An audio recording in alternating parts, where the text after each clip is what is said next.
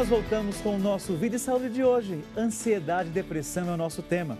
E nós queremos a sua participação hoje aqui, porque temos a feliz presença do Dr. Geraldo Baloni, que vem nos esclarecer esse tema e contribuir para o nosso crescimento. Mas agora vamos ver o que é que o povo quer saber na rua.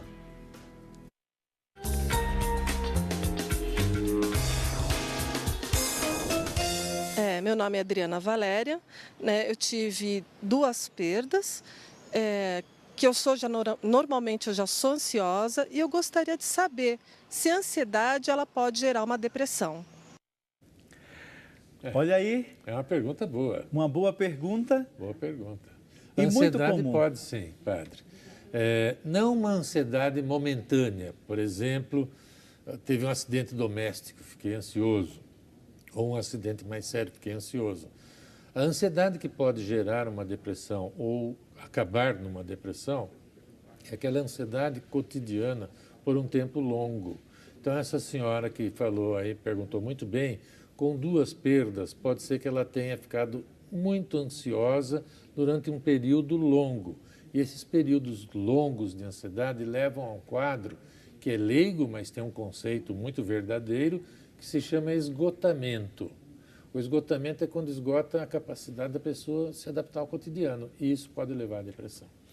Doutor, é muito comum nós vermos e percebermos pessoas que tiveram perdas, seja de pessoas, de situações de emprego, entrarem no quadro depressivo. Como que o ser humano pode reagir diante das perdas para evitar entrar numa situação de depressão? Então, de fato, as perdas podem gerar um quadro de tristeza muito grande. Esse quadro de tristeza por uma expectativa que ele tinha da vida dele, da existência dele, e que não foi satisfeita. Isso chama-se frustração. A frustração é quando aquela expectativa não foi satisfeita. E as frustrações se somando podem levar realmente a uma depressão. Eu acho o seguinte, se a pessoa tiver uma serenidade suficiente para perceber que algumas coisas da sua vida dependem da atuação dela própria, mas tem algumas outras que não dependem dela própria, como, por exemplo, a perda de um familiar querido por falecimento. Não depende da pessoa. Então, é uma perda? Mas é uma perda natural, digamos assim. Uma perda, quem está vivo morre um dia e, naturalmente, de um modo natural, sem contar os acidentes, os mais velhos morrem primeiro. Então, a gente tem que estar preparado realmente para a parte da nossa vida que não depende da gente. É ter essa consciência que existe uma situação que independe do nosso querer. Exatamente. Doutor, temos aqui algumas perguntas dos nossos telespectadores que já chegaram aqui.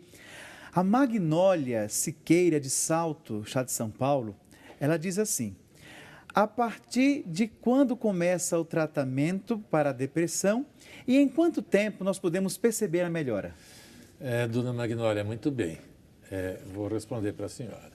O tratamento começa quando realmente a pessoa se sente sofrendo, quando realmente ela tem prejuízo da qualidade de vida emocional dela e também um prejuízo social ou ocupacional. Quer dizer, que ela não tem um desempenho que ela teria antes, nem socialmente, nem ocupacionalmente, e ainda há um sofrimento.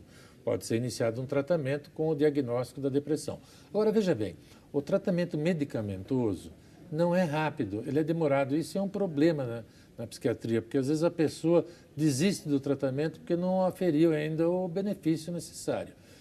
Em geral, de 2 a 4 semanas para que os medicamentos antidepressivos façam efeito.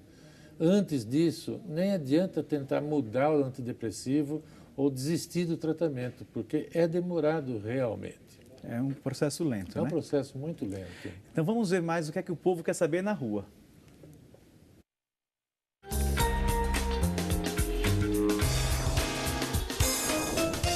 Meu nome é Rodrigo Ramado e eu gostaria de saber o que causa as depressões na terceira idade.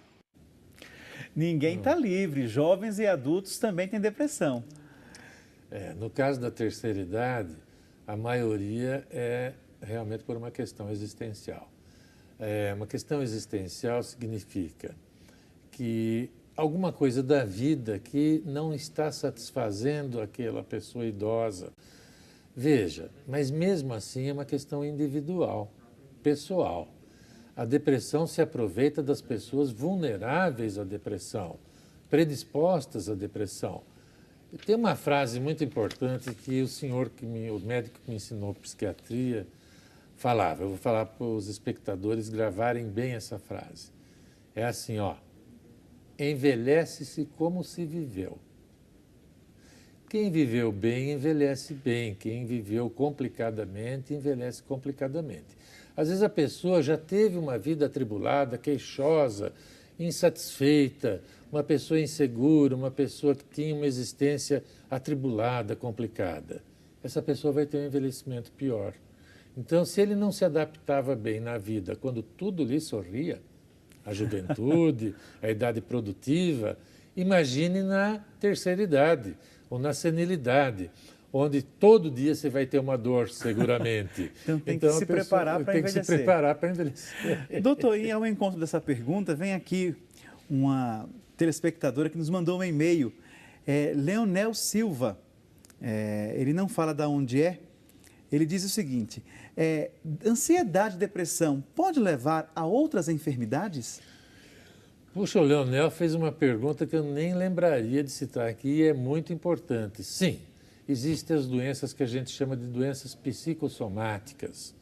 As doenças psicossomáticas são aquelas determinadas ou agravadas pela parte emocional. Como, por exemplo, o espectador já deve ter ouvido falar das úlceras de fundo emocional, gastrite de fundo emocional, hipertensão de fundo emocional, urticária de fundo emocional, asma brônquica, alergias, enfim, uma enormidade de patologias, as arritmias cardíacas, não que elas sejam exclusivamente emocionais, mas a parte emocional agrava de tal maneira que uma patologia que era inicialmente simples passa a ser uma patologia mais grave. Então, sim, tem uma relação, tem reflexos. Doutor, aqui tem alguém que ligou de Pedra do Sino, Minas Gerais, é a Neuza Helena. Ela diz assim: tenho depressão e tomo Rivotril à noite e Escitalopram de manhã, 6 meses. E agora estou tendo muita dor de cabeça. Pode ser dos remédios? Não acredito que seja dos remédios, não. Deve ser de alguma ansiedade extra. O escitalopram, entre os efeitos colaterais, existem alguns, mas esse da dor de cabeça, não. E se tivesse que ter dor de cabeça, teria tido no início do tratamento. Então, não é, muito menos o Rivotril, também não dá dor de cabeça. E ao encontro daquela pergunta, ou da resposta que o senhor acabou de nos oferecer sobre as doenças psicossomáticas, a Marli, ela é de Jaraguá do Sul, Santa Catarina. Ela diz assim: tenho 56 anos, há 20 anos tenho dermatite seborreica. Quero saber se está ligado à ansiedade, porque tudo aconteceu depois de uma forte crise de ansiedade. Perfeitamente, dona Marli. Qualquer doença pode ter uma natureza psicossomática, principalmente as de pele, que é a questão do vitiligo, que é a questão da psoríase, urticária, uma série de patologias da pele. Vem daí a expressão nervos à flor da pele, né? Mostrando que a pele sofre com a parte emocional. Inclusive, a dermatite seborreica tem uma relação muito estreita com a parte emocional, dona Marli. Doutor, depressão e ansiedade atinge mais homens ou mulheres? Ainda essa semana eu tratei desse assunto numa outra emissora de televisão. Era exatamente essa a pergunta. Recentemente, o IBGE divulgou uma estatística mostrando que a depressão no estado de São Paulo afeta 10% das pessoas. Eu acho esse número muito otimista e reflete exatamente as pessoas que procuram médico. A maioria não procura o médico. As mulheres são ligeiramente mais acometidas, mas não tanto. O que acontece é que elas procuram mais o médico para tratamento, então elas constam mais na estatística. Os homens realmente, nesse ponto, na medicina em geral, os homens são mais teimosos, mais medrosos, mais manhosos. E principalmente em psiquiatria. Todos eles acham que vai ferir um pouco a masculinidade deles se reconhecerem ter um problema emocional, quando eu acho que na realidade é ao contrário. Quer dizer, ele tem sensibilidade suficiente para ser um ser humano completo. Então, pode-se dizer que existe ainda um preconceito com relação ao tratamento psiquiátrico? Muito preconceito, não só do público em geral, como da própria instituição governamental. Por exemplo, se você for tirar a carta de motorista e falar que toma um antidepressivo, vai dar trabalho para você tirar essa carta de motorista. Enquanto que a maioria dos deprimidos que não fazem tratamento e não tomam antidepressivo, tiram a carta de motorista. Então, nós não sabemos ainda como sociedade tratar, não é? A ansiedade, a depressão como algo do nosso cotidiano. E como que as famílias poderiam fazer esse tratamento em suas casas com pessoas que têm esse tipo de problema? Eu acho que programas como esse aqui, Padre Heitor, e outros tantos que nós temos por aí, programas bem intencionados, a internet, que também responde a muitas questões, pode esclarecer a população o suficiente para entender a depressão e a ansiedade patológica como doenças passíveis de tratamento. E a família pode influenciar muito. Existe o que nós chamamos família de alta emoção expressa, que é aquela que não ajuda em nada, muito pelo contrário, só atrapalha. É aquela família que exige uma cobrança, que nega a patologia, que faz comparações entre os filhos. Olha, você está tão nervoso e o seu irmão que não está, seu irmão é muito melhor do que você. Essas comparações que deixam a pessoa muito mais doente ainda. Atinge a autoestima, né? Atinge a autoestima e complica muito. Existem as famílias de baixa emoção expressa, que são aquelas que acolhem mais, acalentam mais, que orientam mais, reconhecem a patologia, favorecem um tratamento especializado. Essa família é boa para o paciente. Então, pode-se dizer que a família ela é a base da cura e também do início? Não tem a menor dúvida, padre. A família é a base da cura e também é a base, infelizmente, do agravamento de algumas patologias. Então. Doutor, temos aqui mais perguntas. Os nossos telespectadores estão mandando para nós. A Marlene Ferreira Nunes, ela diz assim, ela é de Santa Bárbara do Oeste. Eu era muito ansiosa e tinha depressão e muitas dores. Fiz uma ressonância magnética e foi detectado um cisto entre o couro cabeludo e a pele. Quando fui ao otorrino, o cisto havia sumido. Tirei um raio-x e não tinha mais nada. Continua a sequela. Agora eu procurei um traumatologista. O que o senhor aconselha? Ainda tomo medicação psiquiátrica? Depende muito. Essa é uma questão eminentemente médica. Se realmente for constatado um diagnóstico médico, o que acontece, padre, é que muita gente atribui um diagnóstico a uma circunstância existencial cotidiana, corriqueira, comum. Então, quem de nós não passamos por essa vida sem momentos de estresse, sem momentos de angústia, sem momentos de tristeza, de apreensão, de tensão? Isso tudo é normal da vida cotidiana, normal do ser humano, normal, vivo. Agora, se tiver um diagnóstico médico, acho que ela deve continuar o tratamento psicológico e psiquiátrico, sim. Então, nós estamos hoje tratando sobre ansiedade e depressão.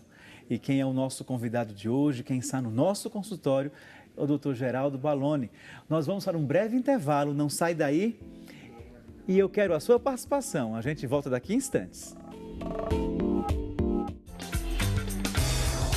Se a gente fala em aspectos preventivos, principalmente na população mais idosa, manter-se em atividade física e mental são dois medicamentos importantíssimos, duas condutas importantíssimas que previnem, de certo modo, a queda intelectual e que diminuem a chance da pessoa ter ansiedade e depressão.